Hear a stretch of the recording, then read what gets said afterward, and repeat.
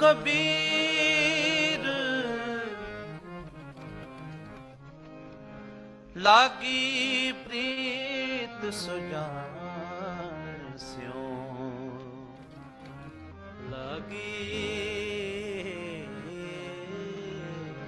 लागी प्रीत सुजान स्यों,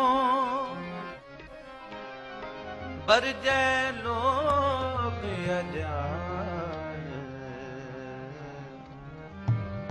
तास्यों तूती क्यों बने जाके जी परा। हम प्रेम बंधन तुम बांधे, हम प्रेम बंधन तुम बांधे, हम प्रेम बंधन तुम बांधे, हम प्रेम बंधन तुम बांधे। जो हम बांधे मोह पास,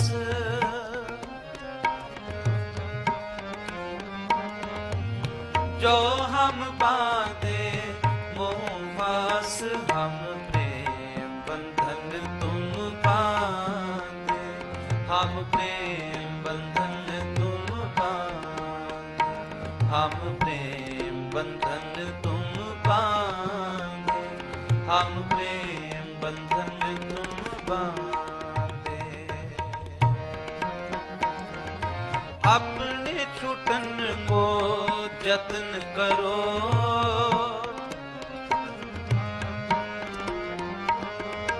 अपने छूटन को जतन करो। हम छूटे तुम यारागे, हम छूटे तुम यारागे, हम प्रेम बंधन तुम बांधे, हम प्रेम बंधन तुम बांधे।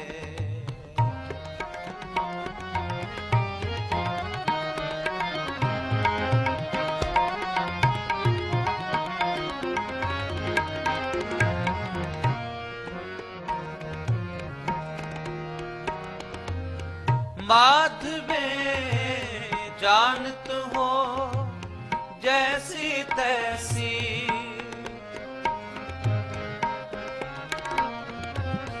माधवे जानत हो।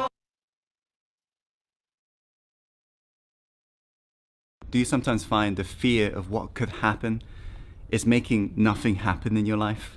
If जैसी तैसी अब कहाँ करोगे ऐसी, अब कहाँ करोगे ऐसी। हम प्रेम बंधन तुम बांधे, हम प्रेम बंधन तुम बांधे, हम प्रेम बंधन तुम बांधे, हम प्रेम बंधन तुम बांधे। जो हम बांधे मोह पास, जो हम बांधे मोह पास, जो हम बांधे मोह पास, जो हम बांधे मोह पास। हम प्रेम बंधन तुम बांधे, हम प्रेम बंधन तुम बांधे, हम प्रेम बंधन तुम बांधे, हम प्रेम बंधन तुम बांधे।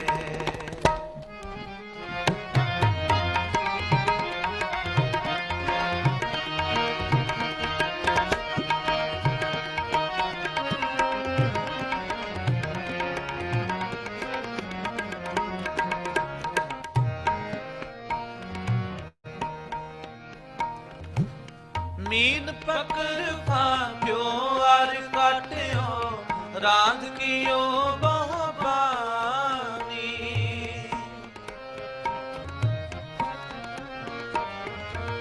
खंड खंड कर भोजन कीनो, तो न बिसरियो पानी, तो न बिसरियो पानी, तो न बिसरियो पानी।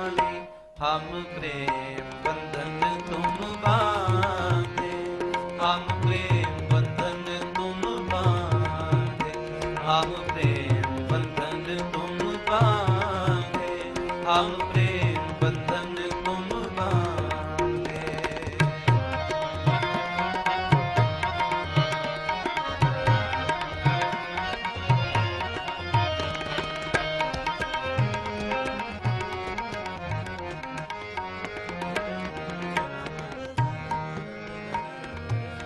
आपन बापै नाही किसी को, पावन को हर राजा, पावन को हर राजा,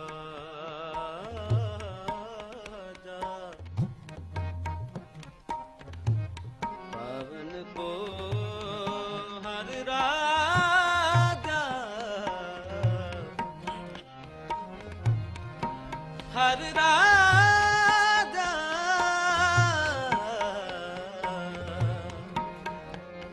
पावन को हर राजा।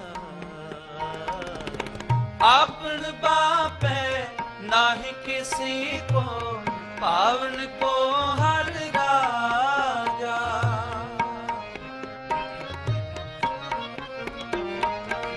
मोह पटल सब जगत व्याप्यो, भगत नहीं संतापा, भगत नहीं संतापा, भगत नहीं संतापा।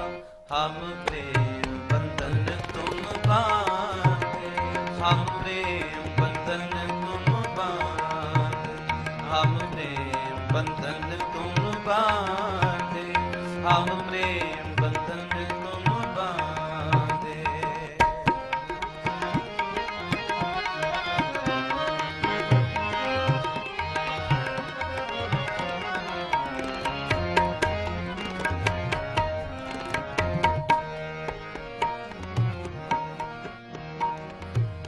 कहो रविदास भगत एक बानी, अब यह कास्यों कही है।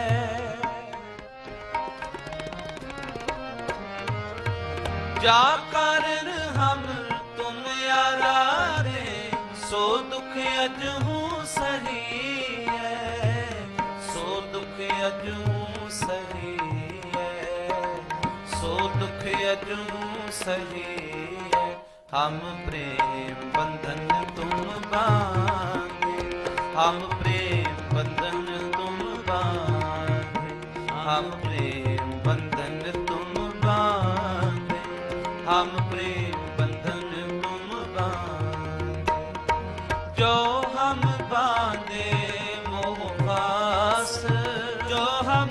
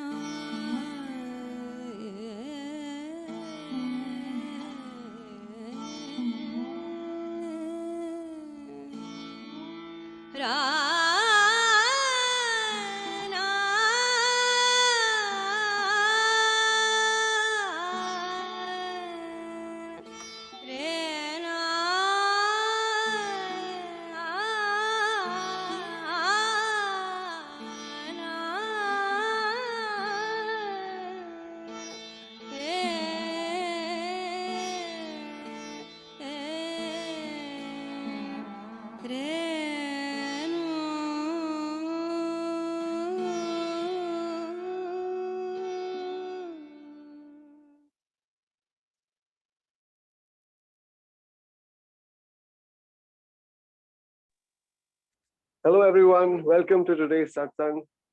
Uh, today's Tuesday, 25th of May. Beautiful schedule today. Today we have Brother Manas. He's going to sing Shukriya, which means thanking you.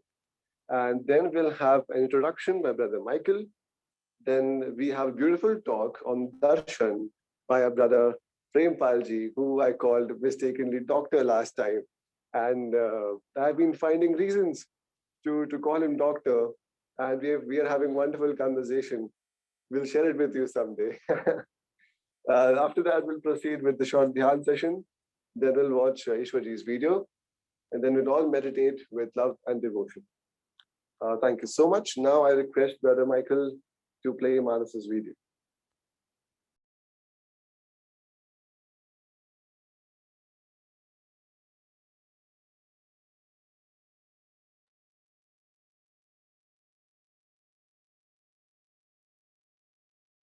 Selfishness is the source.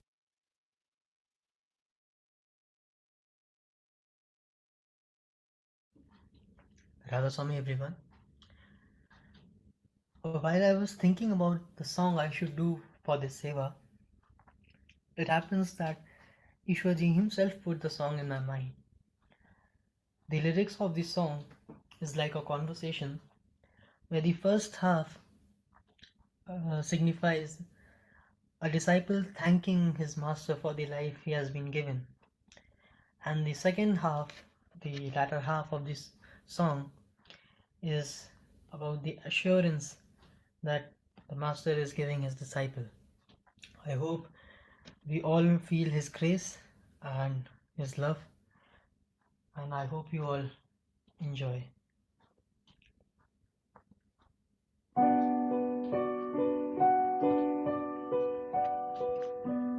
जिंदगी चल तेरा शुक्रिया, शायद मिले न तू कल की सुबह, जो दिया हमने हंस के दिया,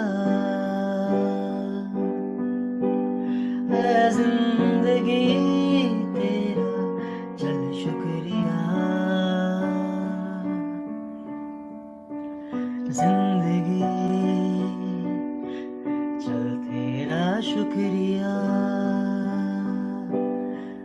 शायद मिले न तू कल की सुबह,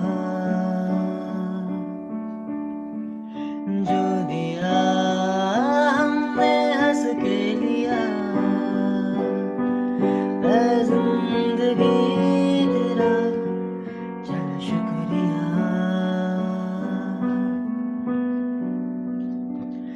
हर सांस का हर ख्वाब का उम्मीद के सैलाब का, तुझसे जुड़ी हर बात का शुक्रिया, तेरी धूप का बरसात का थामा जिसे उस हाथ का, अच्छे बुरे हालात का शुक्रिया, शुक्रिया, शुक्रिया, शुक्रिया।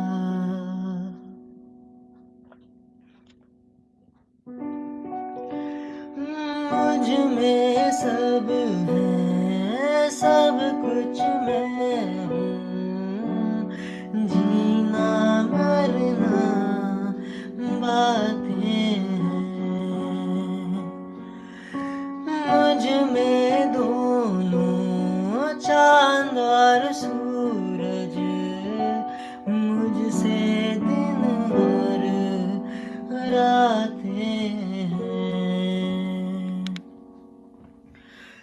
पास हूँ मैं तेरे हर जगह,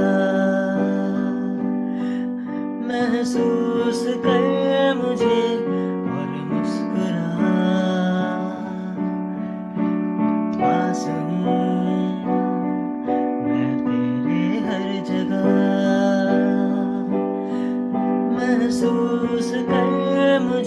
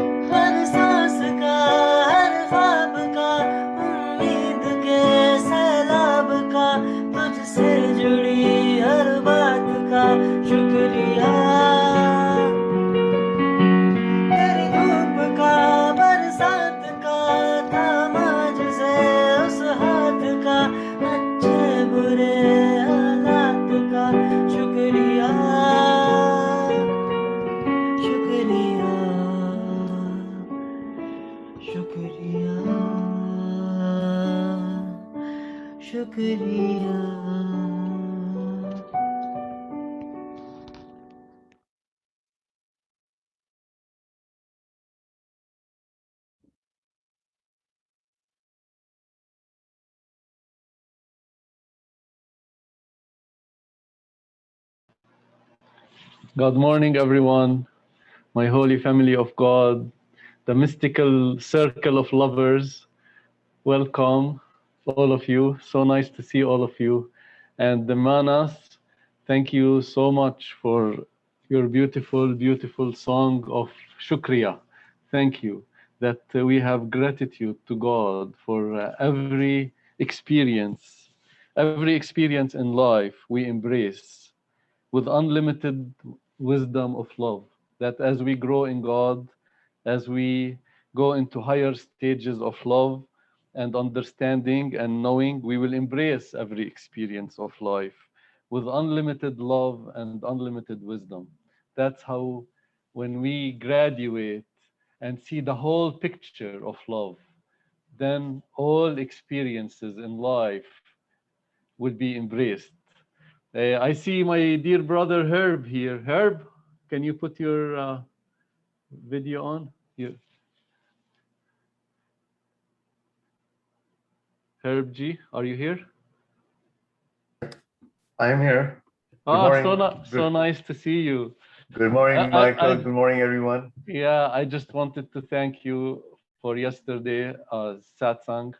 I was working, driving, but I was listening, and it was just amazing love pouring, and I just enjoyed every second. And Herb has his satsang once a month, right? Correct? They have Yeah, like that's right. IMR, and it's wonderful. I enjoyed the sessions. I joined. I really loved, and I like their style. And I hope maybe we will have like a day like that in a week, where it's like a whole family, and they all put their whoever wants puts their camera on, and then like we discuss spiritual questions, anything topics, and then everybody can join in, and because we are all just in God. We were in Ishwar's classroom, in God's classroom of love. Then Ishwar Ji left us, but he did not leave us from within. He is still with us. So we are still students in his classroom of love. And he continues the lessons. He continues the lessons when we meet in his name, all of us, in the circle of lovers. Then he pours on us the grace, the wisdom, everything that is needed so we can step further and broaden the levels of love, as this whole classroom of love is about levels of love that are unfolded one after the other. And we go through so many teachers and so many lives we start from the lowest level of learn how to be a vegetarian and then we grow, and we grow in that love, and each level we become like we have to reach the ultimate pure essence of love, like distilled water. Like, to drink distilled water is like the purest form of water, because all the adulterations have been removed. And in this classroom of love, we're all students, and God slowly removes all impurities from us, slowly, until it becomes the distilled love, the essence of knowing. Um, Herb, can you tell us like how you conduct? Because I was so in love with the way you conducted satsang, and give us more insight. Well, I know you said Herb Satsang. There is nothing like Herb Satsang.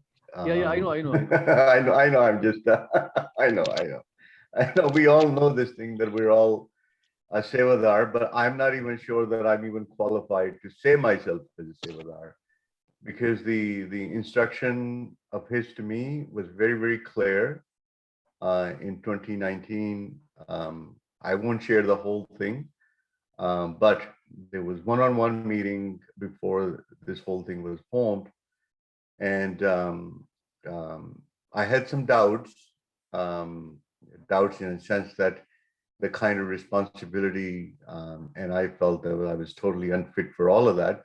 So I had some questions. Before I asked the question, when I met him, and he said, "Herb, remember one thing, Master does everything."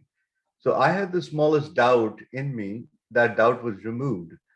And ever since, that is a way in which we have conduct, whether it's a monthly satsang or whether it is our monthly IMR. Because I truly believe that he is in charge. I see that in me, that he's in charge, and there are no rules. And that's why I say, look, everything will grow organically, because if the spirituality has to shift to the West, that means every aspect of that spirituality will shift in a way that is practically carried. The message remains the same. However, in which we receive, in which we conduct, it changes. So you're seeing the flavor of those changes that are taking place. And because this part of the world, it reminds us that if we're not practically practicing, living this life, and this is what the master words instructions are to us. He said, make this teaching a living teaching. Well, how do you make something living, right? If you don't incorporate that in your living life. So, and the best way to do is to create a setting as a student in which we can all equally participate. And I'm just baffled to see how much incredible depth that each one of them have. We all seems to have the same question, and we have the same love in our heart. But the interesting thing is that some are on path for 30 years, some are path, for a few months and few years. Some have never met the master, but feel the love in their heart.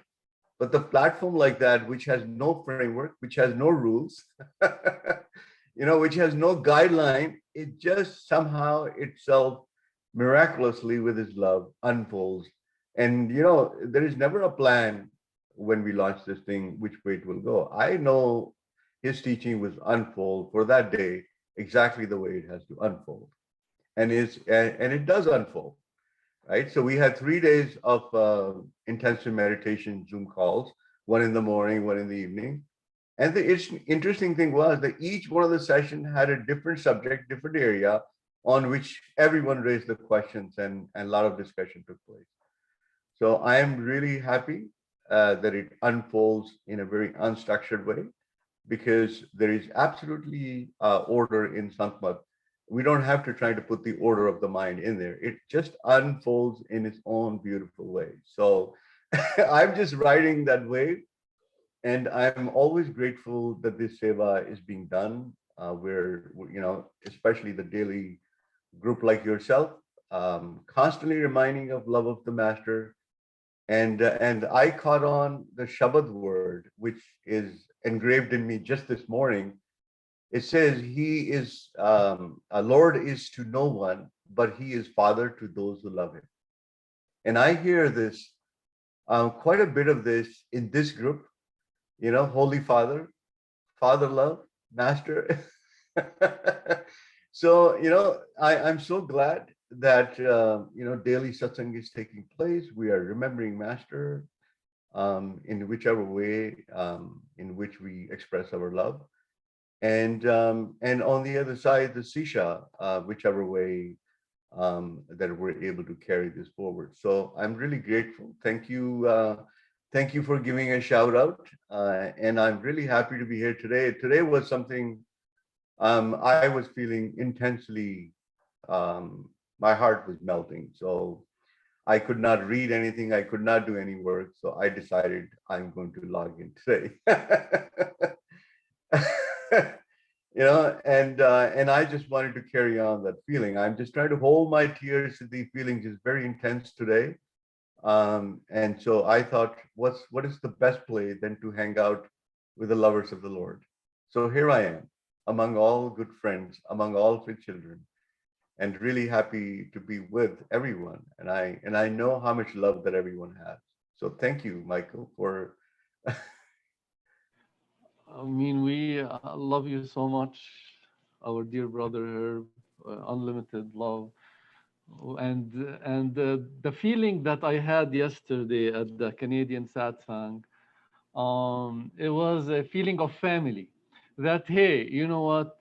We're all students in the classroom of God, and everybody was you know, we all go through tribulations, we all go through desires, we all go through ups and downs on this path.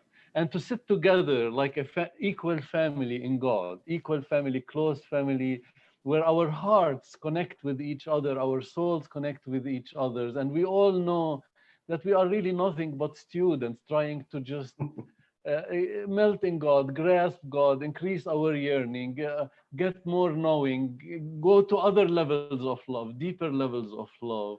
That feeling of family really touched me so deep. And while I was like taking a shower today, I'm like thinking of you. And look, Master put you here.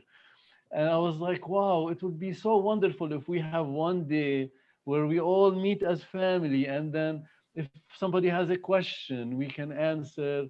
Other people can answer. You know, it's not, I'm also a student and I learn from other people.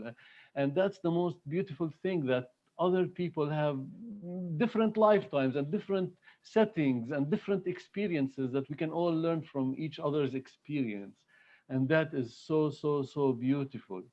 So beautiful. Like we nourish each other with Master in between us. And we see how he arranges the topics, how he arranges the answers, and how he arranges everything. I mean, I see everything every day I see his hand work in satsang, choose the topics, answer the questions, bring the speakers, even like the random Ishwar Ji videos that we choose, it answers the questions of the seekers and our own questions.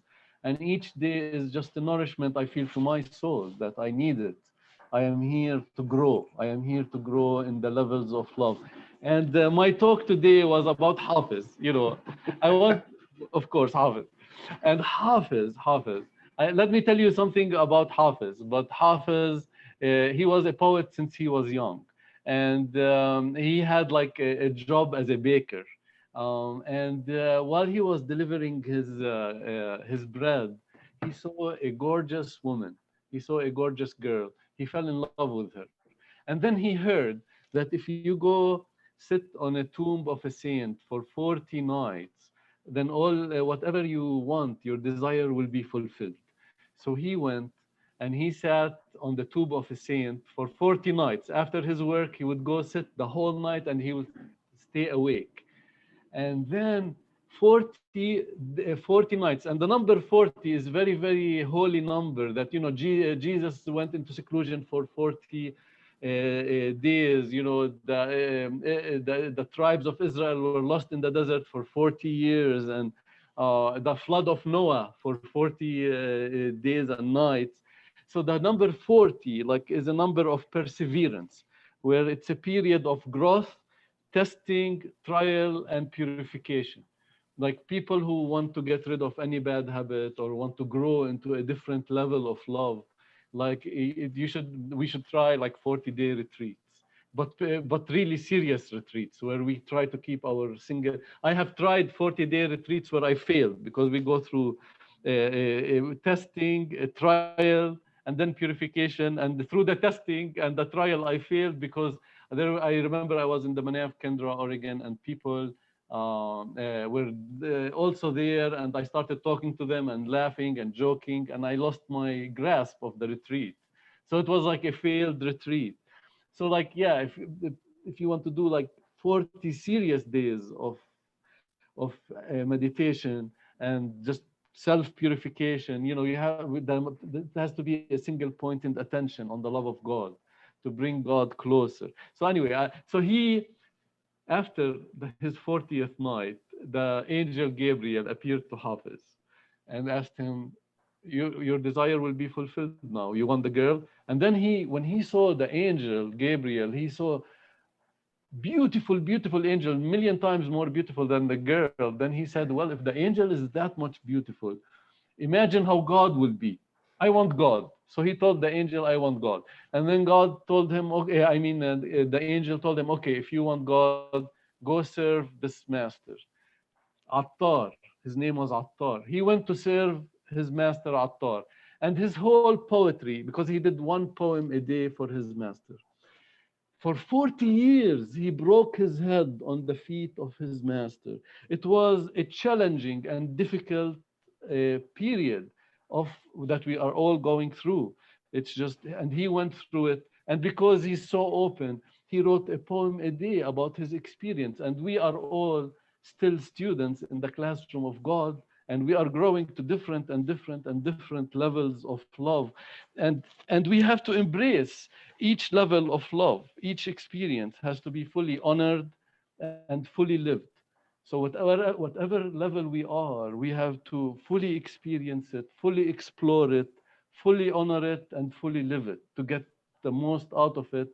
And then before we go higher to another level of knowing, to another level of love. And so he broke his head on his master's feet, and for 40 days, for 40 years. And it was a very hard relationship between him and the master. The master was very stern, and sometimes Hafiz felt that the master is not compassionate with him, that he's very stern. And whenever he went to his master said, be patient, wait, the day will come that you will know everything. Be patient and wait. After 40 years of serving his master, and his wife died, his son died, and he had nobody left except his dog. And he went to his master and he told him, what have I gained from 40 years of serving you? What have I gained? I have gained nothing. And then his master said, be patient, wait, and the answers will come at the right time. He said, I knew you're going to say that. So then he went and he drew a circle. He drew a circle. He stayed in that circle, and he said, I'm not going to leave that circle for 40 days, 40 nights, even to relieve myself. And I'm going to keep my attention on God. I'm going to keep my attention on God. And he kept his attention on God. At the 40th night, after he finished, then what happened? The angel appeared to him again, and he said, what would you like? He said, I would like nothing except to serve my master. That all his desires have melted away. All his desires have melted away, and he just wanted to serve his master. Then he went to his master Attar, and Attar was waiting for him with open arms. And then he got a cup of wine. What is that cup of wine? That's the drishti that we get from the master. He got the cup of wine from Attar, and all traces of separateness have dissolved. All the traces of separateness have dissolved, and Hafiz drowned in love, in the love of God. So imagine, he went through 40 years of serving his master. He went day and night and writing poems and persevering and feeling the frustration that because of this frustration, he directed all his energies of life to find God. And then he reached like a pinnacle. He reached like an altitude of longing, like a pitch of longing that cannot be described, longing and for God. And when we reach that pitch of longing and longing for God, then a new level of love opens, a new level of awareness, a broader level of awareness, and higher understanding open to him, open to him. So all his poetry was about that, about the spiritual unfolding. You know how the peacock unfolds his beautiful wings, and we see the whole picture of the whole peacock. The same thing, like when love unfolds itself, and then we see the whole picture. Then we can embrace every experience of life, every experience of life. Um, so it's all his poetry is about his restlessness as a lover of God, and how he grew stronger from that restlessness and from that longing. Um, um, Herb, what do you have to say about that?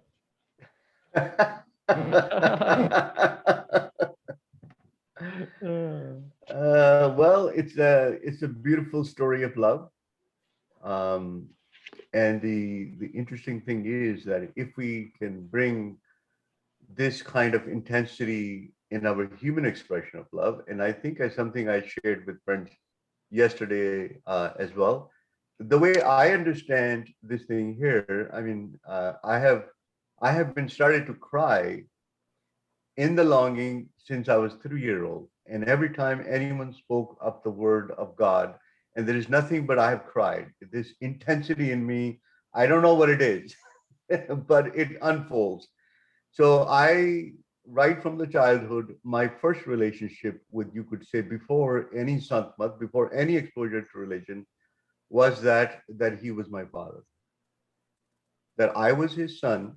And if there was any relationship in my life which was true, was the relationship of father and son. And in fact, I did not look at my earthly father as my real father, to be honest. And I shared this yesterday, that if you can bring this earthly relationship, human relationship, whether you had a strong relationship with your mother, your father, with your uncle, with your brother, with your husband, with your child, can you transform that relationship with Master and with God? Right? If the Bible says that this body is a temple of living God, we're talking about living God, a God which lives as we live. So should we not develop the relationship with that? So, you could see the Hafiz story is very beautiful. It's like that. It's like a master and disciple relationship. But if we don't know how it translates for us, then we can use something of an experience of human, in which we have experienced somewhat closeness, in which we're ready to give up ourselves. Right? I see the mother are wonderful. They have the nurturing circuit board in them. They naturally draw towards unconditionally towards their child. And I read a long time ago that when the child is born, the child does not know how to love, actually. This expression is not in the experience of a child. That expression comes to the child when the mother pulls the love out of the child. When she looks at the child directly into the eye with unconditional love, that is the time the child learns to love. So she pulls the love out of the child. Like that, if we take our human experience and make the relationship with Master and with God, everything will unfold. Everything that we have heard, everything that we have experienced in the Sant Mat will be our experience. So, in a simple way, it is a love story. End of the day, make your own love story as quickly as possible and make it a real. Give it a breathing like anything else that lives in the world. Like ourself, we breathe. So does this relationship should breathe, and it should be alive like anything. Beautiful, Harbji. You've done beautifully well. Explained it very nicely. Thank you very much. Greatly explained. Everybody will get benefit of that. Thank you. So nice to see you, Dr. Chand. Yes. Wonderful to see you, Dr. Chan. Actually, wonderful to be with all the friends. I see Bobby Joe is here as well. I met her. I'm seeing her after such a long time, Bobby. This is, I don't know, it was 2017, I think, in the Mount Madonna that I met you. Yes, I remember. So there are some really, really beautiful friends that I'm seeing after such a long time. And what could be a best place to hang out than this one here? I know.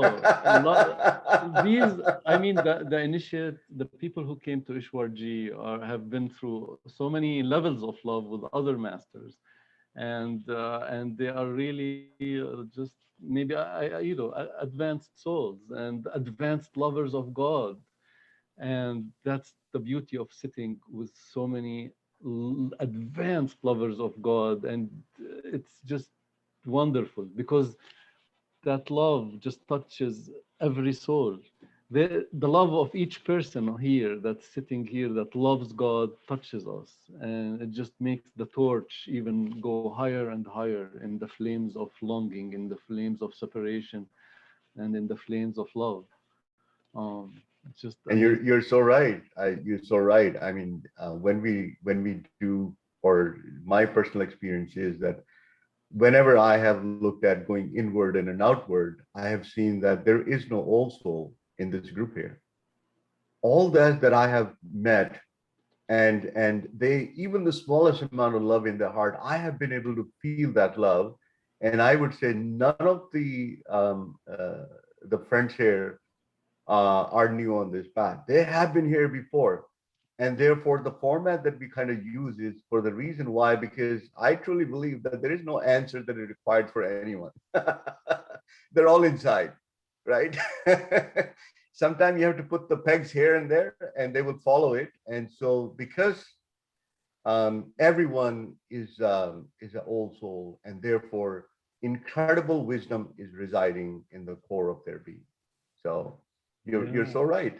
You're Yes, so right. and Ishwar ji said that most souls here have been with Baba Sant. Yes. Most souls that I came to Ishwar have been with Baba Sant. How lucky we are to have had the manifestation of Baba Sant in Ishwarji, that we are very, very, very lucky to. We have touched the essence of love from Ishwarji, that he is the most distilled level of love, the purest, and he gave it to us. And then when you taste that type of love, you won't accept anything less. That's it. That yes, that we will always want what we have tasted. That divinity, that high level of divinity is what we want after we have had a sip of it. And that's inside of us because he's inside of us. And as we take the curtains of separation one by one, as he takes the curtain of separations one by one on this journey of love. And what I told you the journey of half is just to tell you that about patience and perseverance, that this path is we have to be very patient. We have to be very patient. And ultimately, every experience we go through, we will embrace it once we see the full picture of love. Uh, um, Wonderful. What? Yeah. Well, it's so sweet, actually. Just to see everyone smile here, it fills my heart. So anyone wants to say something, please go ahead. Open your mic and say it. Because that's how beautiful it is. Like it's all a family of love. And that's how I love Michael, about. I can see that each one of you is looking like a tip of the iceberg, and you are so rich with this love of the masters. You know, it's all so huge, because each one of you is unique, and that uniqueness needs to be honored and respected, and that's what we are all doing here. And each speaker, each sevadar is doing that, and he brings out all that beautiful thing before all of us. Thank you very much. So anyone else would like to share some love, please? We're gonna soon. We will play Prem Pal G's talk. But if Prem Pal wants to say something, brother Prem Pal, go ahead.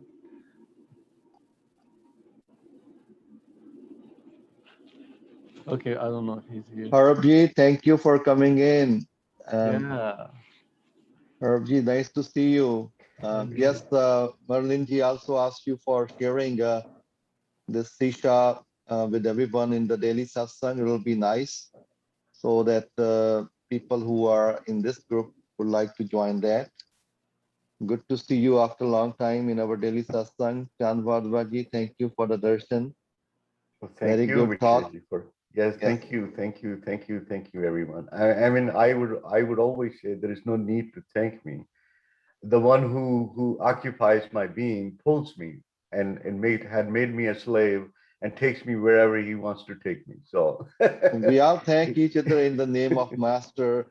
You have been not present in our group for a while. That's why we welcome you. well, let's put it this way: that you could see that I have been on the fly on the wall. Right? This kind of love intoxication cannot escape the one who seek love, right? Yeah. And in one of the talk masters says that, turn your cup upside and so that it could be filled. But he said, I like my cup to be overflowing. I think he was probably referring to me on that. I like the cup to be overfilling. So I would actually go, and even if I have to be fly on the wall, to be with the lovers. So there is no better place. And sometimes his seva binds to the point where, if we are working, if this body is doing the work, but definitely mind is thinking about the brothers and the need for the satsangs and the work that has to be done in his name. So, Visheshji, it's always wonderful to see all our dear friends, and I would lovingly say the children of my master, right? And I would lovingly say children of my father. Yes, Yeah. thank you for mentioning Mount Madonna. We had such a good time together there. Everyone, 7 days of master, it was amazing. Yeah, that makes three of us, Bobby, Joe, you and me, and I don't know who else was there. That is there. It's kind of a reunion, Bobby. Yeah. Yeah. Yes, So it's a wonderful time. It was a very special time for me. It was the first time I'd seen Ishwar, and he welcomed me with such a loving heart, and we had a wonderful discourse about Master Kirpal and Ajay Singh, and then to meet all of you and bring you into my life and have you bring me into yours, and it's such a blessing, and I'm happy to be here every day that I can be here. There's no other place I'd rather be. So thank you. we love you. Your energy is so beautiful and so subtle, and you're full of master. And to have you, just to see your name there, and it's just a blessing. You and Mary, and it's just wonderful. Like so many, so many. No, I can all go through all sorrow and all of you. Just Everybody. Stephanie and Nice to see you, Bobby G. yeah. So You too. everyone here is so special, and it's so beautiful to share Sorry, the I think we have turned this into a social now. No, it's good. It's good. It's not just about me Yeah. talking or somebody else talking, and because it's about the love that we share our hearts. We go through things all together, and we can just lay our heart and speak freely. Speak freely. Like Hafiz, he spoke freely in his poems about every situation. Rumi too, in his levels of growing in God. In his poetry, he spoke about every level and everything he went through. He was not shy. He just said it because he's not. He was only after one thing, and that is to merge in the ocean of love, not after anything else. And that's why he was like his heart was true and open. That's what's beautiful about these masters, that their heart is so open and so true and so full of truth that they are not hypocrites. They just tell you what's in their heart. They tell you in their heart, they share everything. That's the beauty. So I can yeah, say something. No, I'm just I'm just grateful to be here, and thank you for allowing me to be with you as well. And I think it was the master invitation that this has to take place. So Yes. it's very nice to see everyone. Okay, so I will read few poems from Hafiz just to Please. ignite our holy love. Ignite our holy love and add fuel to it.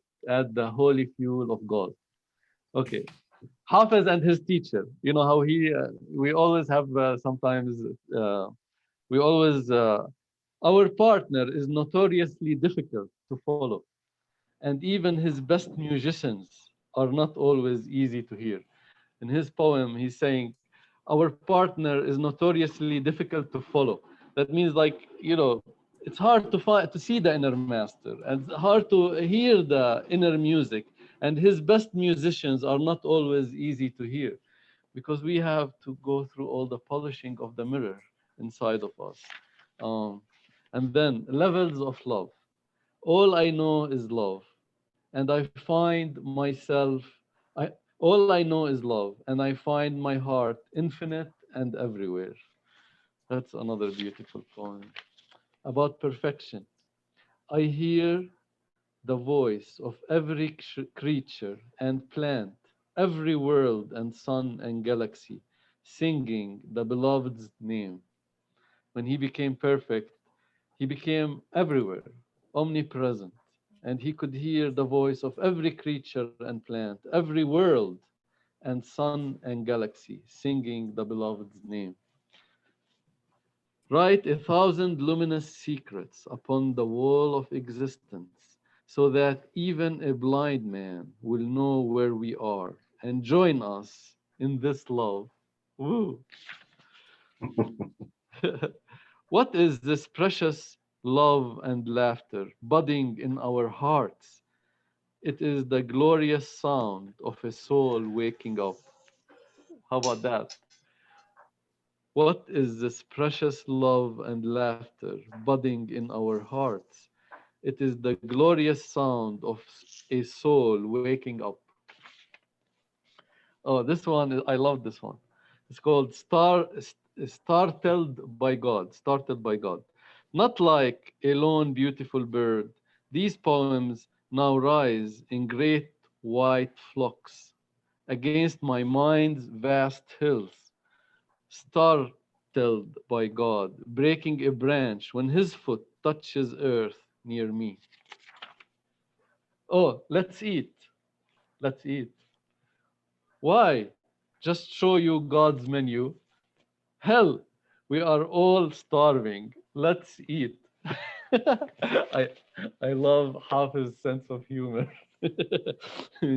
And this is translated. Imagine if we read it in Persian. It would be like much more powerful. But still, we can get the gist. He said, let's eat.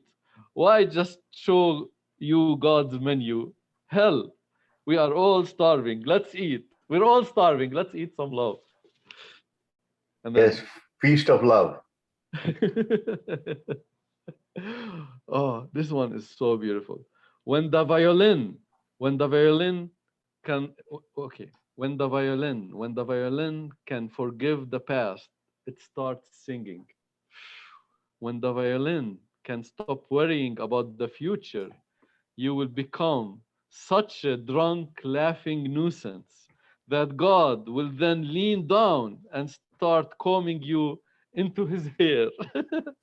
When the violin can forgive every wound caused by others, the heart starts singing. How about this poem? This poem is a whole satsang by itself. This poem contains all spirituality. I will read it again. When the violin, when the violin can forgive the past, it starts singing. When the violin can stop worrying about the future, you will become such a drunk, laughing nuisance that God will then lean down and start combing you into his hair. When the violin can forgive every wound caused by others, the heart starts singing. Wow, this is just about forgiveness, not worrying about the future and forgetting the past. Then God will comb us into his own hair. I would love to be a hair on Baba Sawan Singh's beard.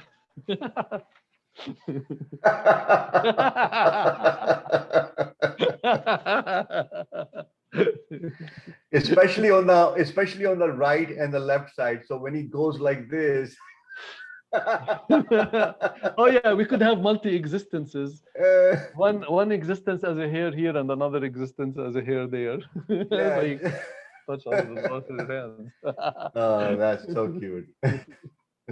Okay, one last poem. Looking for good fish.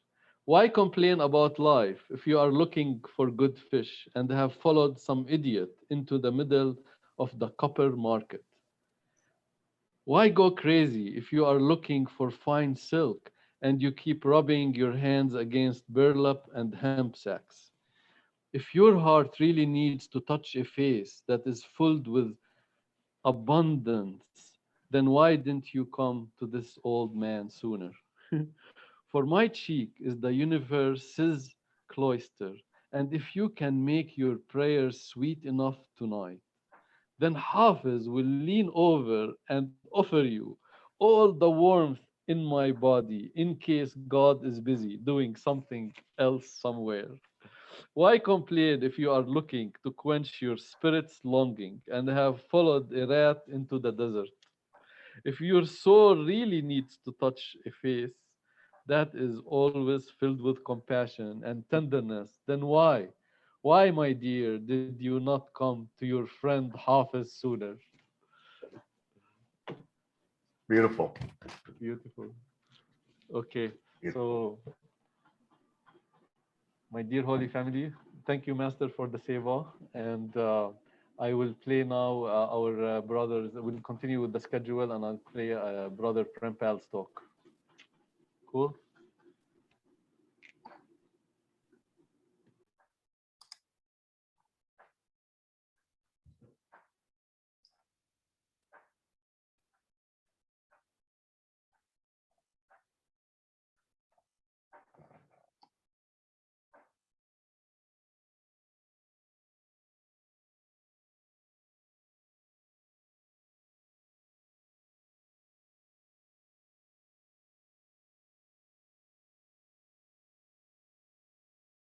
Anoop, you wanna play it? Yeah, I'll play it now. Yeah.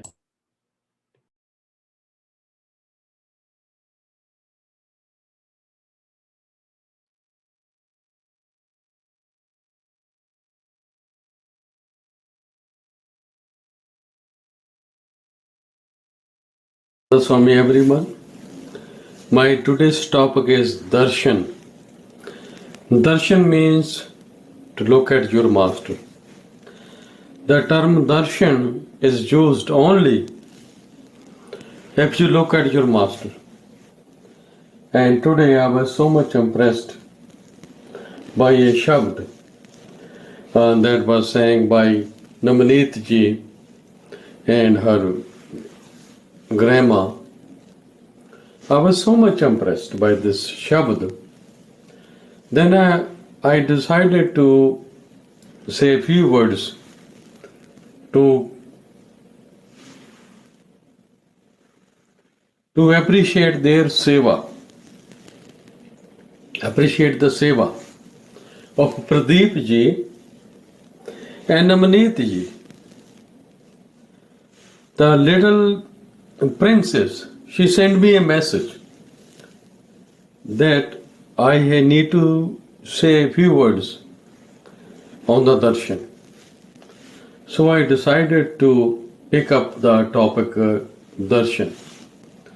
There is no way that I can explain the mahima or whatever of the darshan. But the little baby princess, she sent me such a beautiful message, and I was so much impressed. I always listen to the satsang of all those saints and very advanced souls. When a little princess like 6-7-year-old sends you a message, that means something. I was so much impressed. Then I said, okay, perhaps I do my best to pick up the same topic, darshan. The meaning of the darshan means to look at your master. The term darshan is only used in spirituality to look at your master. If you're looking at everyone else, it's not a darshan, it's a meeting. It's a meeting, not a darshan. But is the meaning of darshan. Dar means door, shan means to surrender. To whom you see and you surrender yourself at his door, that is the darshan. That is the darshan. Darshan. That means you see someone and you surrender yourself at his feet. That is darshan. We every day who see our wife, our kids, our brother, sister, our co-worker, that's not a darshan, that's just a meeting. It's another darshan. Darshan term is only for master or high-lifted souls. Darshan term or shabd can only be used if you look at your master. Darshan. Need to divide it. Dar means adore, shan means surrender. When you find someone, when you go to see someone, and you surrender yourself at his door, at his feet, that is darshan. That's it. And how many of us has done it? I don't know. I don't know. When you see your master, that is darshan. If you come back home, you have no feeling about that master, it's not a darshan. If you see the master, but you surrender yourself at his feet, and you feel like I have nowhere to go, he is my only shelter, that's the darshan. After having a darshan of a master, you will feel he is the only shelter, he is the only protector, that's it.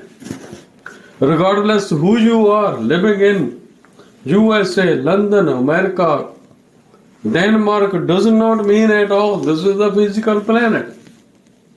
Darshan. If you see your master, surrender yourself at the feet of your master. That is darshan. If you just look at him, have a picture with him, it's nothing. It's nothing. That means you are looking at him at a physical level. Once you surrender yourself to your master, darshan as sharana means I don't have anything. I surrender yourself to my master. That is darshan. There's all kind of darshans. There are different kind of darshans. The first darshan is darshan of the physical level. If we don't see our master or guru or sant satguru at physical level, doesn't matter. Even if we don't even see our mother father at physical level, who can't believe who is our mom and dad? That's a physical darshan of our parents. There is a beautiful shabd written by Saint Ravidas ji. बिन देखे उपजे नहीं आशा. Without seeing anything, you can't expect anything. We have parents, mom, dad, wife, friends, even perfect like a master at the physical level.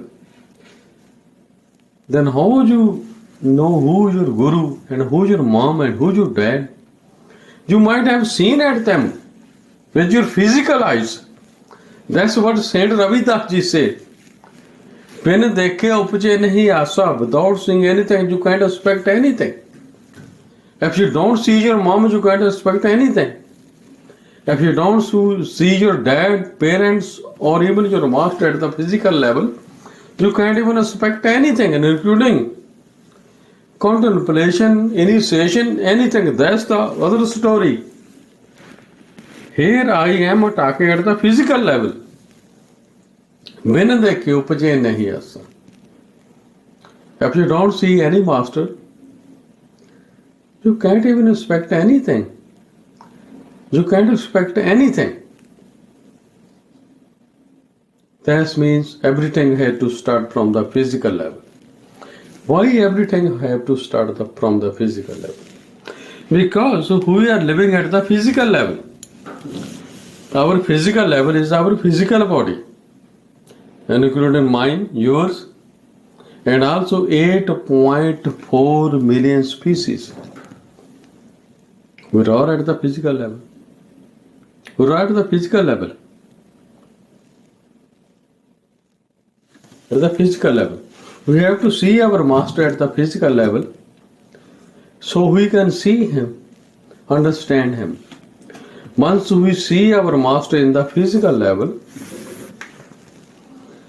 then we expect something. As Saint Ravidas ji says, bin dekhe upje nahi asa.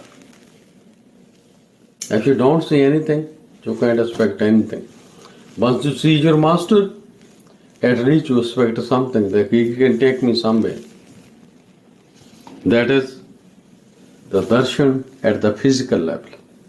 My today's topic is darshan. Darshan could be at the physical level, at the astral level, at the causal level, not beyond time and space. Beyond time and space, there is no difference between you, your master, and everything. And darshan can only be experienced either through physical eyes or sensory body eyes, but beyond time and space. The only eye that works is third eye. Third eye. At that time, you will have a darshan of your master in a radiant form, Shabd Swarup, or other form. It depends how far you are going. How far you going? At the physical level, the darshan of a master is very important. Very important. Because if we don't meet our master at the physical level, then what do you do? Nothing. Nothing. As Meera ji says, other many saints, Sejo Gur Darshan Deo, Pur Rahe Hum Thor, Jahan Taan Gur Heed Se, Darshan Na Ave Aur. At the same time, the Sufi saint Sultan Bahuji says, ए तन मेरा चश्मा होवे, मैं मुर्शिद देखना रज्जा हूँ, लून दे मुंड लख लख चश्मा, एक खोलना एक कज्जा हूँ. ए तन मेरा चश्मा होवे. I wish my physical body becomes the physical eye, so I can keep looking at my physical form of my master. Lunu de mud lakh lakh chashma. Lu is just a point where the hair, where your hair. The hair, Sultan Bahu talking about the sensory body. Lunu de mud lakh lakh chashma. That means when you go at the astral level, you can see your master all over. एक खोला एक कज्जा हूँ. I can close one and open another one. What is the meaning of this that Sultan Bahuji tried to say? That means you can have a different darshan of your master at different levels. At the physical level, master is just like us. ऐसे ईश्वर पुरी जी महाराज जी, बाबा साहब सिंह जी महाराज जी, ईश्वर पुरी महाराज जी, वीरेंद्र सिंह जी महाराज जी, बाबा साबण सिंह जी महाराज जी महाराज, रसीला राम जी महाराज, कृपाल सिंह जी महाराज, दर्शन सिंह जी महाराज. All these saints at the physical level, they are just like us. Why? Because they have to be here just like us, so we can fall in love with them.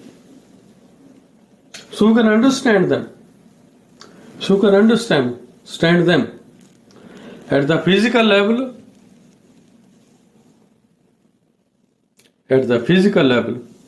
see our master. At the physical level, there's physical darshan. And the next step is, if a master leave us, can we have the darshan of a master? Of course. If master leave physically, it does not mean if a master left. He just left the body that has 5 elements and all those things. But in reality, he just Shabd Swarup is still here. You can see him inside anytime. You can see him inside anytime. Master never leave us. Master always with us. After physical darshan, the next darshan is at the astral level. When you cross everything, then you see our master. After crossing Tara Mandal, Chandrama Mandal, Surya Mandal, I got many questions from all the seekers. I haven't seen Tara or star or this and this. I always tell them, You already crossed this thing in your previous life. If you go to school and you finish your 10th grade and you're ready to start with the 11th grade, even if you go back to school, even if you go back to school after 30 years, they're not going to ask you to start from kindergarten. They will ask you to start from the 11th grade. All the souls that we have in our group, most of the souls are very advanced souls. Just keep going. The next darshan is the astral level, the causal level. After that, there is a Shabd Swarup. There is Shabd Swarup.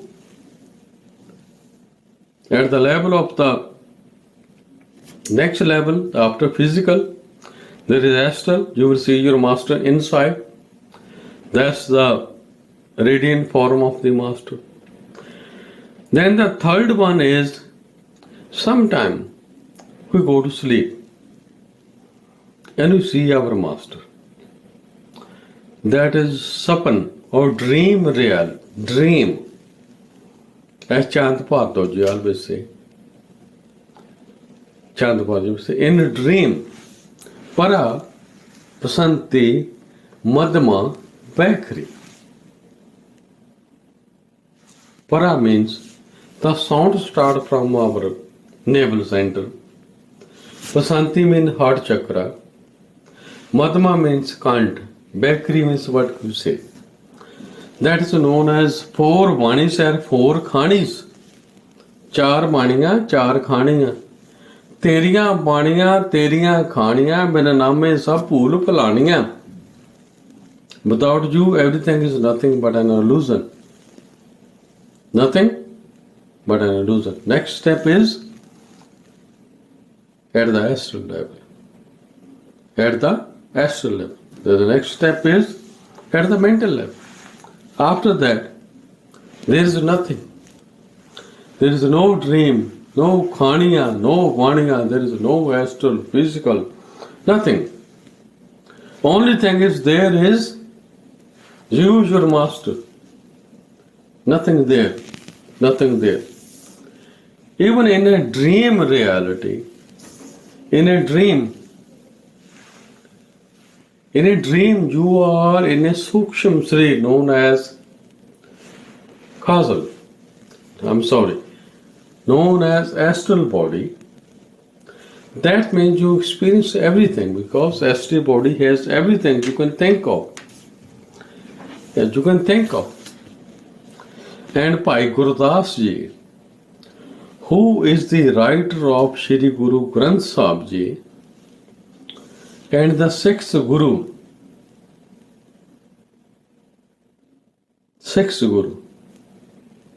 send him to Banaras to deliver the satsang. Shri Guru Har Gobind Sahib Ji, send him to Banaras. Please go and do the seva. And Bhai Gurdas Ji was a nephew of Guru Amar Das Ji. And Mamu Jan of Guru Arjan Dev Ji is a great grandfather of Guru Hargobind Sahib Ji. Then he went there to Banaras to deliver the satsang, everything. And at the same time, Shri Guru Hargobind Sahib Ji, sixth Guru, told them, Paji, Bhai Sahib Ji, please don't come unless I ask you to come back to here. Many months passed away.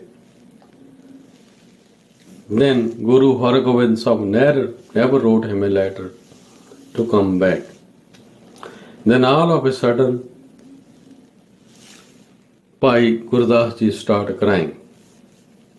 Not because he doesn't have enlightenment, he wanted to have a physical darshan of Guru Hargobind Sahib Ji, who was the sixth form of Guru Nanak Dev Ji. Guru Nanak Dev Ji.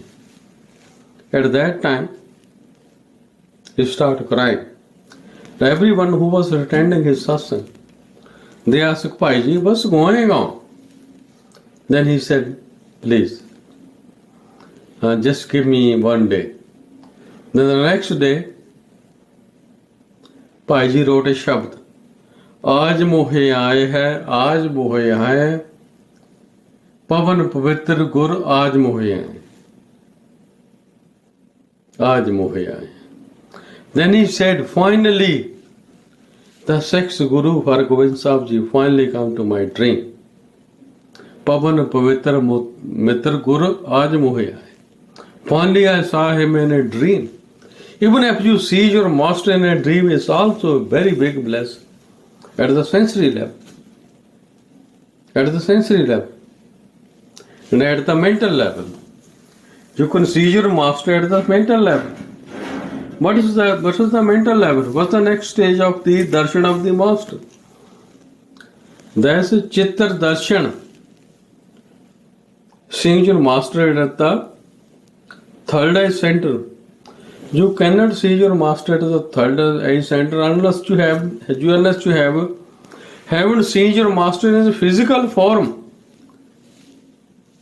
Only thing that work is contemplating at the master. Contemplating at the third eye center, see your master inside. But still, your mind love to see the master in a physical form, like all of us love to see Ishwar Puri Maharaj Ji in a physical form, who are all crying, including myself and Bhavani Ji. Most of us. Why you are crying? Because he left us in a physical form. Who loved him too much? No, we didn't love him too much. He loved us so much. Now we are crying, not for him, only for his love. Only for his love. We are crying for his love, not his physical form. We are crying for his love. We cannot get this love from anywhere. The love that I experienced from Ishwar Puri Ji Maharaj, there is no way. I can't. Even if I go to Sachkhand, I will still say, Ishwar Puri Ji, your love is greater than what I have in Sachkhand.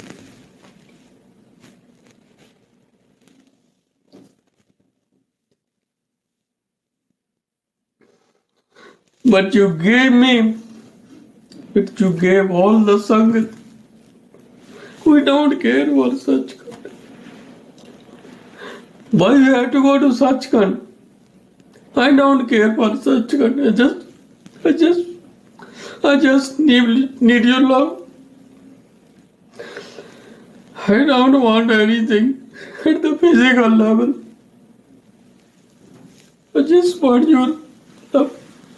That's all I want. All I want. All I want. And now further, if you keep, when you see our master inside, what is the real form of the master? Gurumurti Gur Shabd hai. The real form of the master is the sound current. The thing is, to reach that level is but not very easy. I can explain it, reading books. Many of us can do it. But in reality, choosing a few go there. Gurumurti Guru Shabd hai. And the real form of the master is also a Shabd. Shabd. Gurumurti Guru Shabd hai. What is the Shabd? Shabd means the sound. Sound current. Whatever you see here is created by the sound. Whatever is created by the sound. The Shabd. You can see it with the physical eyes, with the physical level. But inside there is all kind of creation you can say, you can see in physical and rest. But beyond that, That creation you cannot see with the physical, astral and causal. You can only see if you have a master. If you have a master who beyond all these things, he is the only one who can take you. He is the only one who can take you. At that time, you will see there is no difference between the master and the God. मेरा मन लोचे गुरुदर्शन तक. All these things are the physical, astral and causal level. After that, nothing. You and master becomes one. At that time, what we need? At that time, what kind of darshan we need from a Satgur? Swamiji, that is known as Prakatyak Darshan, face to face. Guru mohe apna roop dikhao. That means, Guru mohe apna roop dikhao, jo to roop tara tum sargun, jeep avar karao. That means, my dear master, at the physical level, you are just like us. Jeto roop taratum sargun means just like us. Sare arga. There are two forms of Guru, Vaheguru, Paramatma, Sargun and Nirgun. Sargun means just like everybody. Nirgun means individual. As an individual, Vaheguru, Paramatma, God, totality of consciousness is one. As a Sargun, he is in every one of us. He is in every one of us. That is the game. That is the game.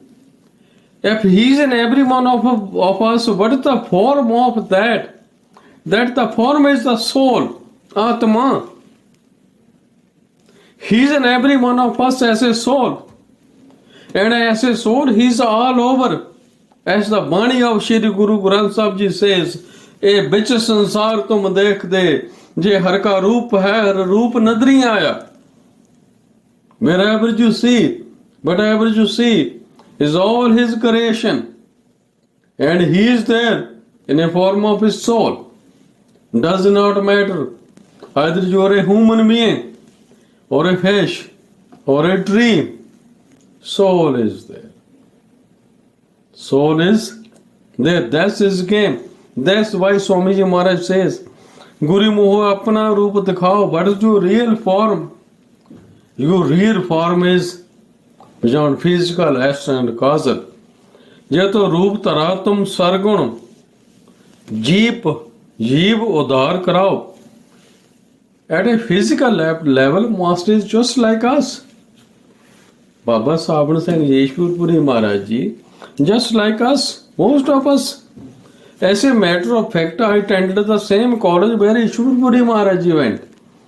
Me and Ishwar Puri Maharaj Ji end up going to the same college. Government College Ludhiana. It does not mean. What does that mean? That means physically we were the student of that college. At the spiritual level, he was a god. Not me. I am a student. I just went to the same college in a physical form.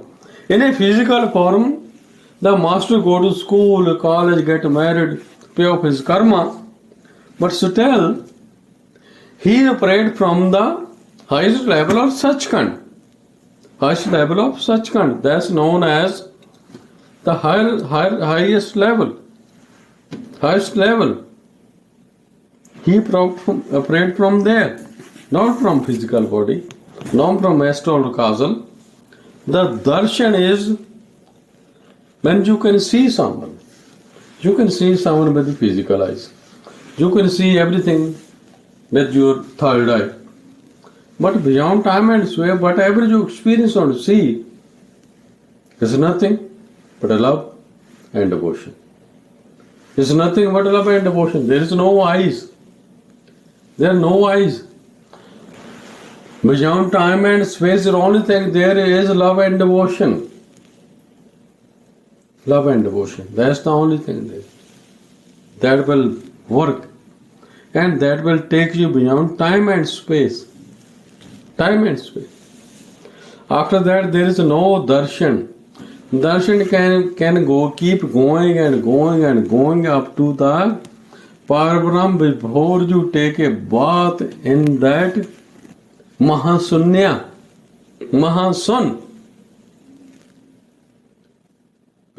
Because you cannot cross that Mahasun before merging into your master. When you go to Sun and Mahasun, you cannot cross Mahasun unless you become one with your master. If you become one with your master, whose darshan you can have? Then you and your master becomes one. Then you and master becomes one. This is it. At that time, what happens?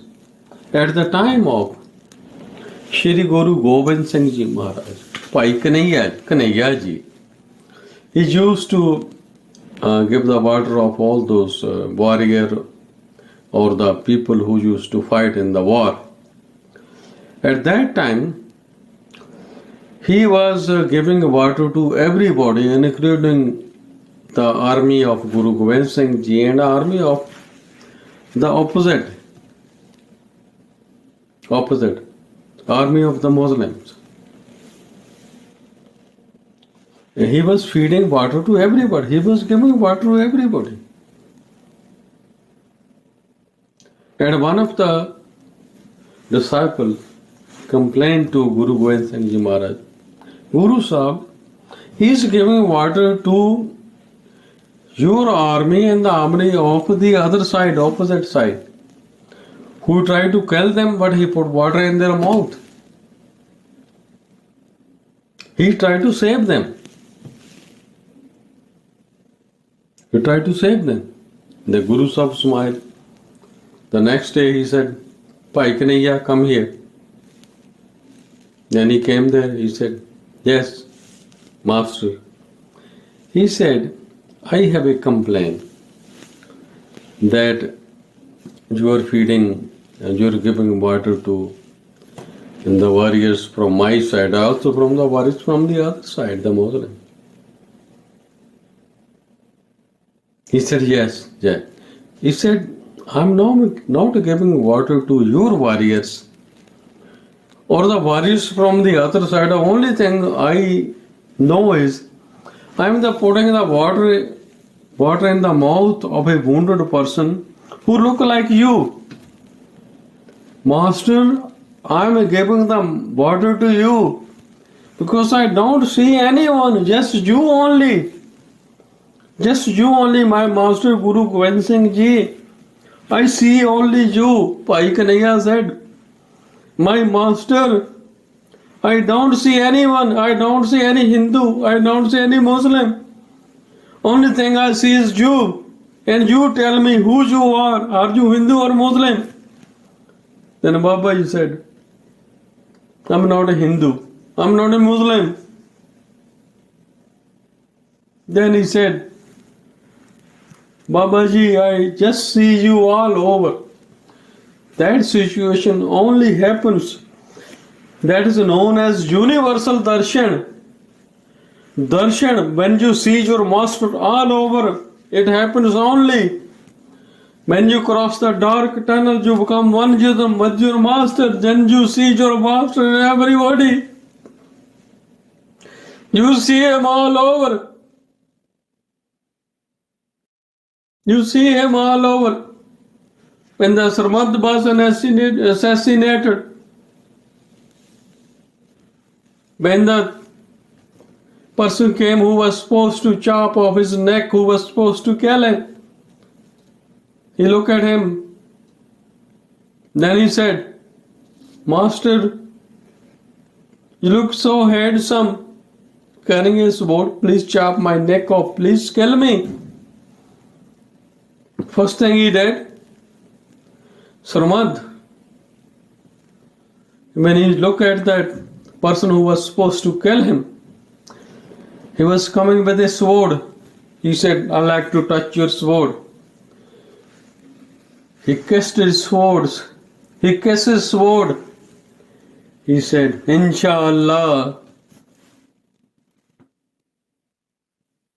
Then the person who was supposed to kill him, assassinate him, he said, this sword, this weapon is going to kill you. Why are you kissing that weapon or sword? He said, this weapon is a media, so I can become one with my master. Please kill me. At the same time, he said, Sant Mat said, I see my master in you. That only happens when you cross everything, including physical, astral, causal, including the dark tunnel, including Sohang Desh.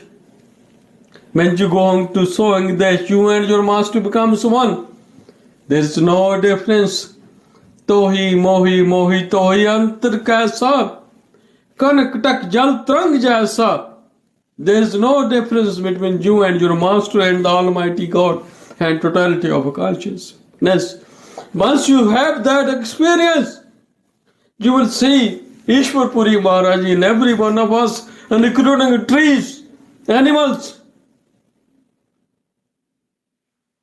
and all 8.4 million species. Because at the level of the soul, master is in every one of us.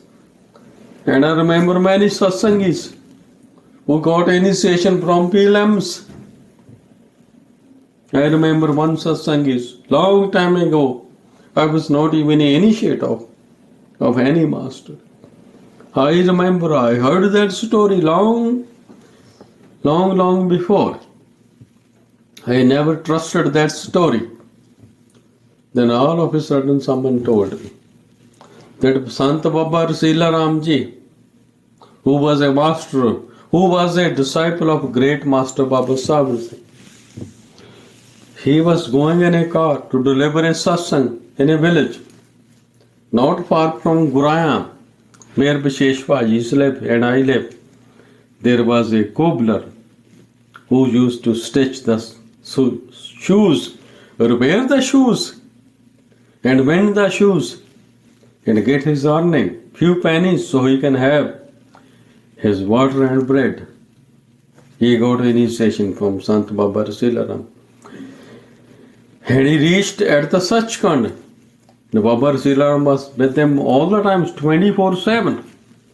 And all of a sudden, when Babaji was going in his car, he was sitting there. He was just stitching the shoes. Someone told him, Babaji, your Sant Satguru is going to your village to deliver the satsang. Then he said, he delivers satsang to me 24/7. He might be going in as a physical form into my village, but in reality he sat in front of me 24/7. That is the real darshan of a master. That's the real darshan of a master. As Ishwar Puri Maharaj says, you drive your car, he sat with you. You mend the shoes, he sat with you. As a Namdev, you are a dry cleaner, he sat with you. As a Tanna, Bhagat, you do the agriculture, he sat with you. As a Sam, as a barber, he's right next to you. He has nothing to do with your physical reality or form. He's with you 24/7. But you need to go up. Physical, astral, causal, have the real darshan of the master. At the spiritual level, once you have a darshan of that master stays with you 24/7. Does not matter you're sleeping or not sleeping. He can sit with you in a car. If you are a poor person, you don't even have a car, he just walk with you. If you are a rickshaw driver, he will sit in your rickshaw. If you are so poor, Master don't look at your financial status. He just look at your love and devotion. He look at your love and devotion. He look at your love and devotion. The darshan of the real darshan of the Master start off to par Brahm. Manju manifest his form. Beyond time and space, he will be with you 24/7. As a matter of fact, there will be no difference between you and him. You become one with your Master. Tohi mohi mohi tohi yantra kaisa kanak tak chal trang jaisa. As Baba Nanak ji says, Gur kirpa jain arpe kini tanje jugt pashani. Nanak leen bhayo govind jo pani sang pani. When it rains, all the raindrops that fall in an ocean becomes the form of an ocean. There is no difference between those drops and an ocean. Those who have a darshan of a Master and those who go to the feet of the Master, they become the form of the Master. There is no difference between them and the Almighty God and the Master. They become one with them, but only if they lose your identity. When the rain falls in an ocean, rain loses its identity. Every single drop that falls in an ocean loses its identity while falling in an ocean. Once you see your Master, you need to lose your own identity. Surrender yourself to your Master to become an ocean. Otherwise, you will stay as a drop or as an individual. As an individual, you're just like anyone else. Just like anyone else. Darshan of a Master. What is the mema? What is the value of a darshan? As Ishwar Puri Maharaj ji quoted a story of Narad Muni ji. Narad Muni ji went to Brahma ji and asked him, what is the value of a darshan of a particular Master? He said, Brahma ji said, please go to a nearest village in a pond. He went there, but he saw a snake. Snake came up and died. Then he said, Brahma ji, he died. Brahma sent him to next. We all know that story. At the end, Ishwar Puri ji said, Brahma ji said, Narad, you just like a Muni. Muni means living at the mental level. Manish, psychologist. You're not a perfectly good Master. If the darshan of a Master can pull a snake, everything, and a parrot, and a prince, and what will be the value of a perfectly good Master? There is no way that I can explain it to you. There is no way that any can explain. Only thing I like to say from the Mani of Shri Guru Granth Sahib Ji, Darshan dekhat paap sab naase hain, har se dev malai. Guru Arjan Sahib Ji says, I have your inner darshan, my Master. All my sanchit karmas are gone. All my pralabdhit karmas are gone. It is time for me. It's time for me to go back and come and see you. And Saint Ravidas Ji says, बहुत जन्म बिछड़े थे माधो, ये जन्म तुम्हारे लेखे कहे रविदास, आस लग जीवा चिर प्यो दर्शन देखे. Here Saint Ravidas Ji talking about the darshan. He is not talking about the darshan at the physical level, he is talking about the darshan at the inner level, inside. बहुत जन्म, from many yugas, from many births. Madhav means Vaheguru Paramatma. I have been separated from you from many yugas. In this time, in this lifetime, I finally got an opportunity to do the meditation. अब जन्म तुम्हारे देखे कहे रविदास, आस लग जीवा. I hope that I come and meet you. And I come and meet you. We will all meet. We will all meet Ishwar Puri Ji Maharaj. All of us in this group, we are all such Kandian. Of course we are. Of course we are. Time for us to go back to God. Seek the Lord. Chiran काल जे दे सजरिया जगदीश मिलन की जे तेरी वरिया यही तेरी वरिया यही तेरी वार घट भीतर तू सोच विचार first and last chance. Let's go back home. Why? Because we can only go back home in a human form to get initiation from a perfect master. All of us already got it. We are all human. We already got the initiation. We got the PLM. Let's go. Let's go home. There is nothing here. जे घर तो है काल का घर अपना मत जा. There's nothing here. Nothing in time and space.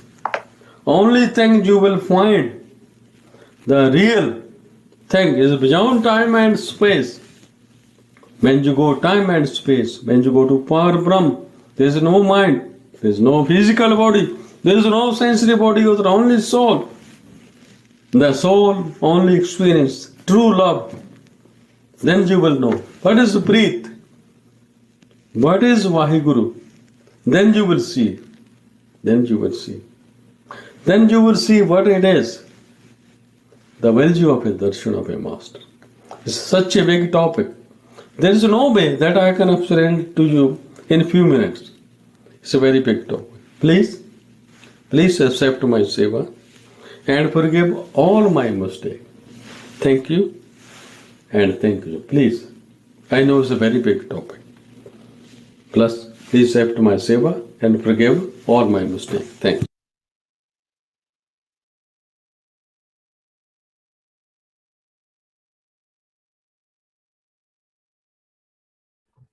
Thank you, Prem Pal. That was an amazing seva, and we found so many answers in your talk. We really appreciate it. Now we can all meditate for 5 minutes to prepare ourselves for Master's YouTube talk.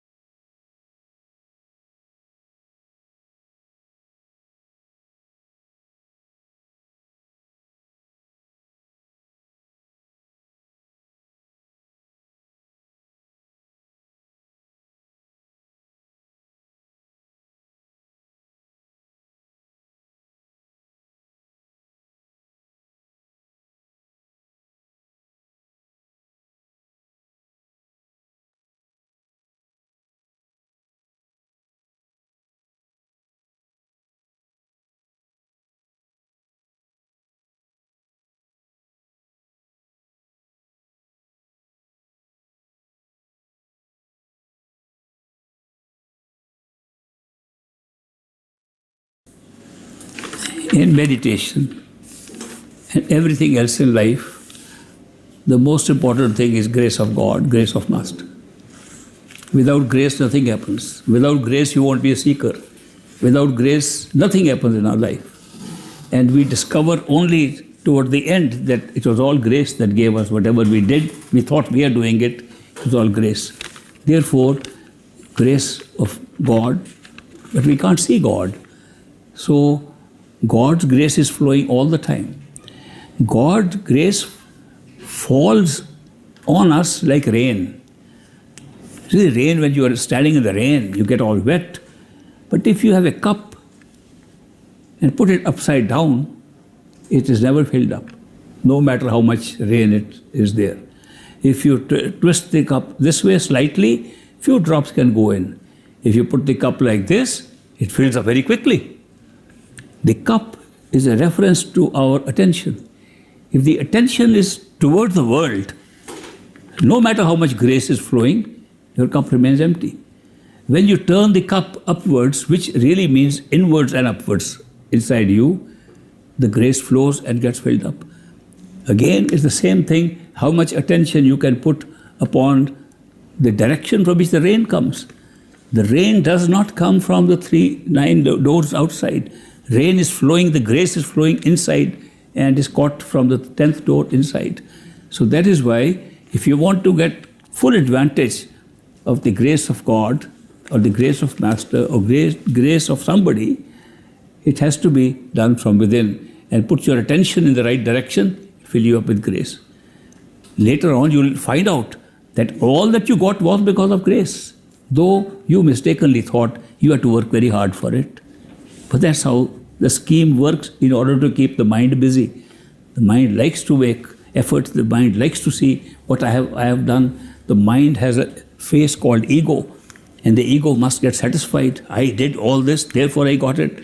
So because of the nature of the mind and the nature of how we are built up, we think we effort, and at the end we find it was also grace right from the beginning. So I agree that grace is essential at all times. Can we help other people? Yes, you can. You can help other people. But helping other people doesn't mean trying to help those who don't want help. Trying to persuade people to do something they are not interested in. It's not something to convert people into something. But if somebody is anxious, curious, eager to learn something, help. But remember, your own personal experiences, you must digest them up to a point when they are so full that the overflow can be shared with others. Supposing, again taking the example of a cup, I got a cup, I got a few drops of rain in it. I'm going to share, here they are. Nobody's getting too much out of a few drops of cup, and we lose all we have. But if the cup is full and still raining, it overflows, and that's the kind of help you should give to others. When your cup is full and you can share freely others, and your cup remains full, that's the kind of thing that you should do. In many traditions, they say your personal experiences should not be shared, because when you share an experience, something in you, the mind appreciates being noticed, and the ego gets a boost. Sharing can make the ego grow. Instead of becoming humble, it becomes more haughty, and that's an obstruction on getting results in the spiritual path. That is why when you have little experience, hold it to yourself and build more on it. When you have enough experience, you will be able to share whatever you like, and it will be good. Of course, while you are on this path yourself, people will come across in your life who are interested in this. And if they ask you questions, give them an answer up to the question they have asked, not more. Don't try to persuade people, because this path is not meant to be spread out like a campaign or a religion. It is a path meant for seekers. Those who seek will automatically find answers to their questions by meeting people by coincidence, eventually even meeting a perfect living master by coincidence. You can't say, I want to find a master, and I go around and find. You can go around all the world to find a perfect living master. You'll get more and more confused. There are so many masters. There are more masters. According to my master, he used to say there are more masters than disciples today. So it's very hard to know who is real, who is not, who is just a money-making machine, who is doing this, we have no idea, because a perfect living master is so ordinary, so much like us, because he doesn't have to say anything or show anything. He has to prove that he's there only by the seeking we have and his response to that seeking inside us. That's the only thing. If he cannot pull us with his love, pure love, unconditional love, not a master for us. You could be master for somebody else. So the sign of a perfect living master who is your master is that he has to find you, not that you have to find the master. In India we say, when a chela is ready, a guru appears. When a disciple is ready, the master appears. They don't say when a disciple is ready, he can find a master. Because the master, perfect living master, are the most common looking people. Sometimes they are more ordinary than ordinary people. They don't have to put up any show because their job is not at this physical, mental level at all. Their job is at the spiritual level. They know exactly which souls are on their list who have to go back home. And they appear in their lives of those souls and they take them back home. So that is why it's always wise to seek inside, and then when the unconditional love of a person and his unconditional, and his message says, that's what I was thinking all my life.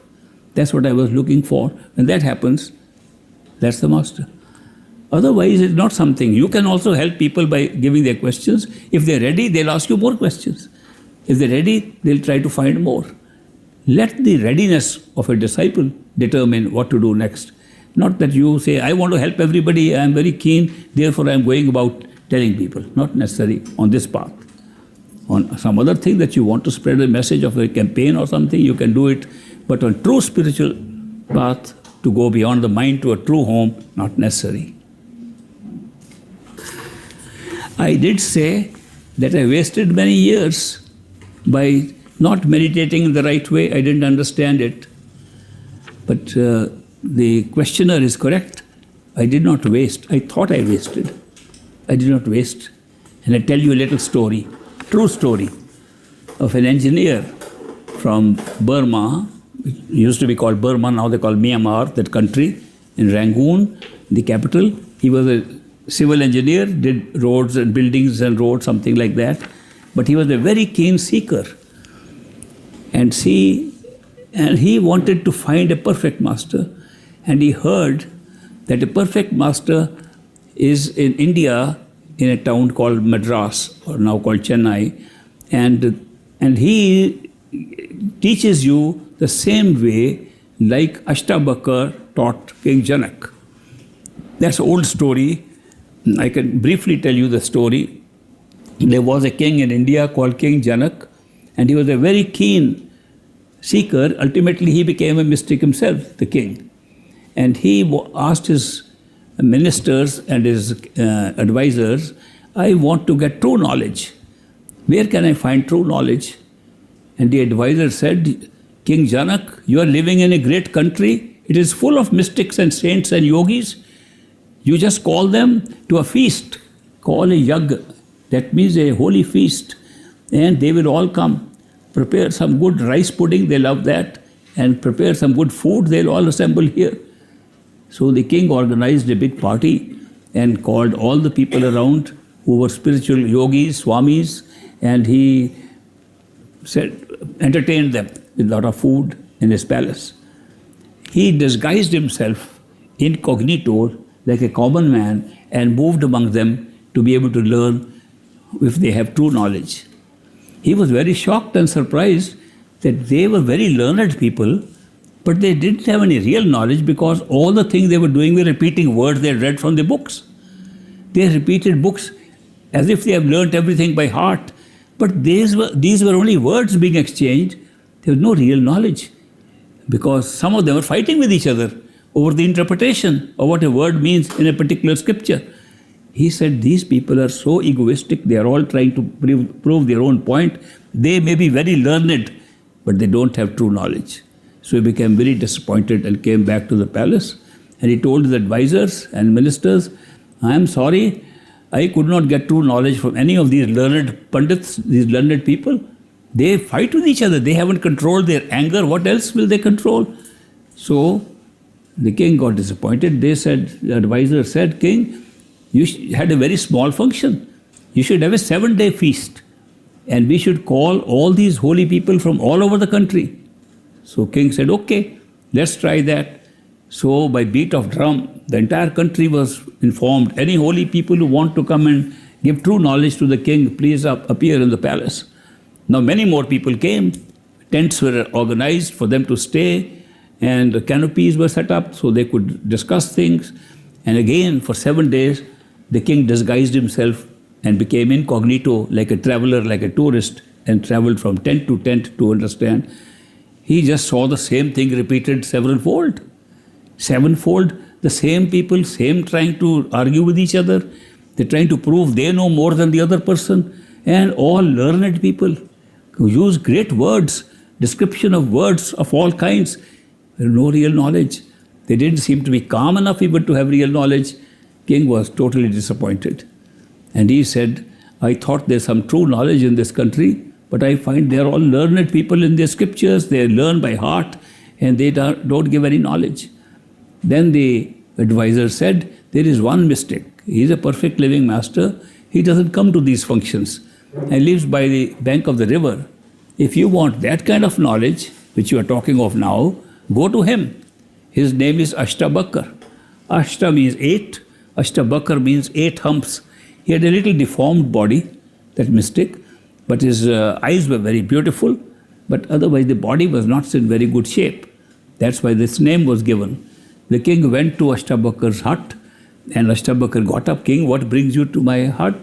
He said, I have come as a beggar to learn true knowledge, get true knowledge from you. And Ashtabakar said, I'm very happy that you are a true seeker. I'll come and teach you how to meditate and how to get true knowledge. He said, will you come? I'll organize a function in my palace. I'll call all the neighboring kings, all my royalty and nobility. Ashtabakar agreed.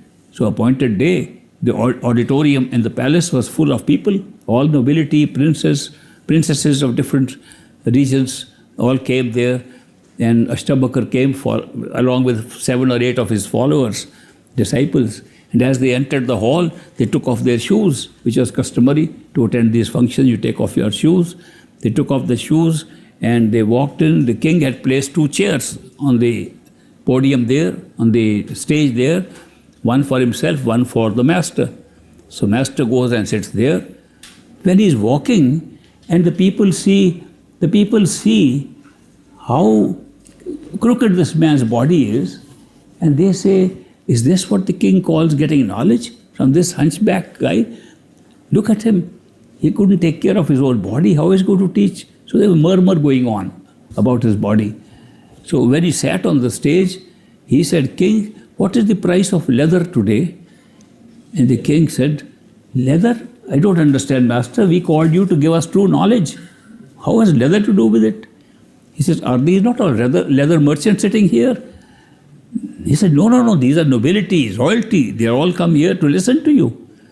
He said, oh, I thought they were leather merchants the way they looked at my skin. I thought maybe they are evaluating my skin. Then the audience realized this guy has some sense of humor. So they kept quiet. And then he said, King Janak, what kind of knowledge do you want? King Janak said, I want instant knowledge. I personally think after hearing that comment, he might have been an American in a past life, because they all want instant everything. He said, I want instant knowledge. Ashtabakar said, what is an instant?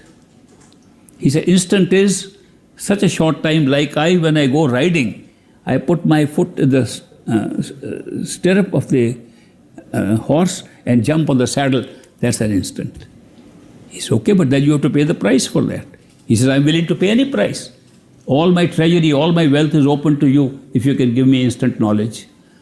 He said, I want 3 things. He said, Master, you can take 10, 20, whatever you want. No, just 3 things. Give me your body, give me your wealth, and give me your mind. I'll give you instant knowledge. Strange price tag, but the king was very keen on instant knowledge. So he said, my body is yours, my wealth is yours, my mind is yours. He said, is this body mine now? Yes, master, I've given it to you. Okay, I can put it wherever I like. Sure. Go take this body of yours which belongs to me now, put it on my shoes which I left on the door. The king got up, he said, I have to agree to what he's saying. I have paid the price for knowledge. So he walked As he was walking, the same audience again got very upset. What kind of knowledge are we getting here? The mystic has come to make the king walk to his shoes. That's no knowledge. As the king heard this, he said, these people don't know what I'm looking for. They think I have got so many palaces, so much wealth, and why am I doing this? When he thought like that, the mystic shouted from the stage, King, you have no business to think of the wealth and palaces. You already given them to me. He said, oh my God, I forgot. They are not mine anymore. As he was saying this, the mystic shouted, you can't even think whether you gave it or not because you've given your mind to me. He said, I can't even think. And he put his hands like this. And at that moment, he got instant knowledge. And the mystic said, come back, King Janak. Now, did you get instant knowledge? He said, yes. Any questions? No question. He said, this was a glimpse of what one can get by spiritual grace. Now I'll give you a technique that you work for about 20 years, you'll get this again. That's called meditation and other processes I will explain to you. He said, I don't need your wealth, I don't need your body, I have plenty of my own problems. So you keep these, but remember for the rest of your life that you've given them to me. Whenever you do anything with the body, say, I am doing it, but I am doing because the body has been given back to me for use. Wealth, it all belongs to the master, but he's given it back to me to use thinking it is his. Mind, I will only use for thinking those things which I feel master would be thinking, given it to him. If you keep this, your progress will be right. This was King Janak's story. So this mystic in Madras, Chennai, told Trilokchand, the engineer, that I follow that principle. If you want true knowledge, give me your body, give me your mind, give me your wealth, and I'll give you instant knowledge. This engineer was very keen. His name was Trilokchand. He said, it's all yours. He said, let's start with the money first. How much do you have? And this is a very stingy person who didn't spend much. But he said, I have 30,000 bucks I have saved during my career. He says, transfer these 30,000 to my account so that I will build a temple. So he transferred, the man who couldn't spend even 1 rupee, transferred his 30,000 rupees into the account. Then he said, now give me your body, and you have to now take out your tongue and do a pranayam, a breathing exercise, in which you will breathe from the left nostril once and right nostril once.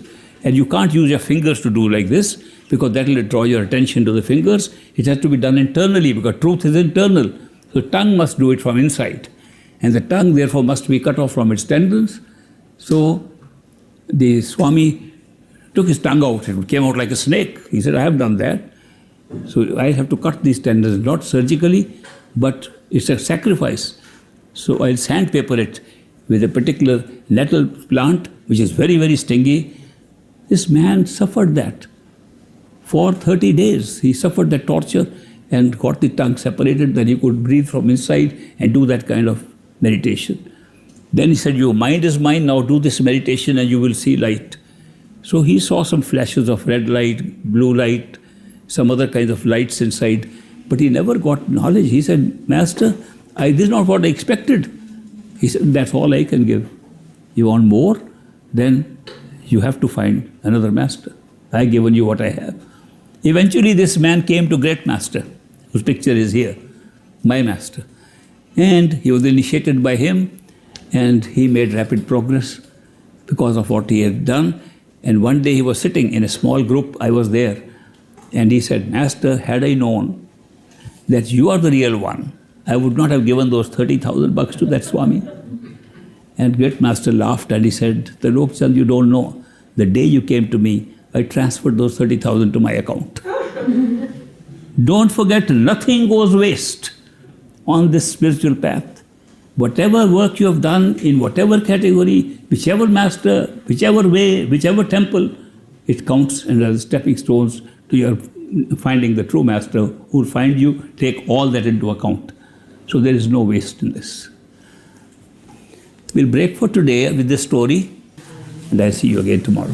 Thank you.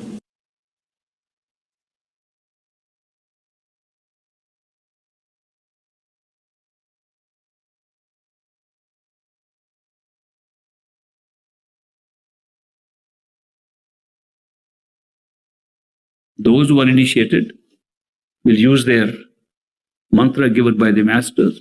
Those who are not initiated can use a temporary mantra created by themselves, expressing love for somebody. Close your eyes. Imagine this body of yours is your house in which you live. It has several floors. The lowest floor is right where you're sitting down at the bottom.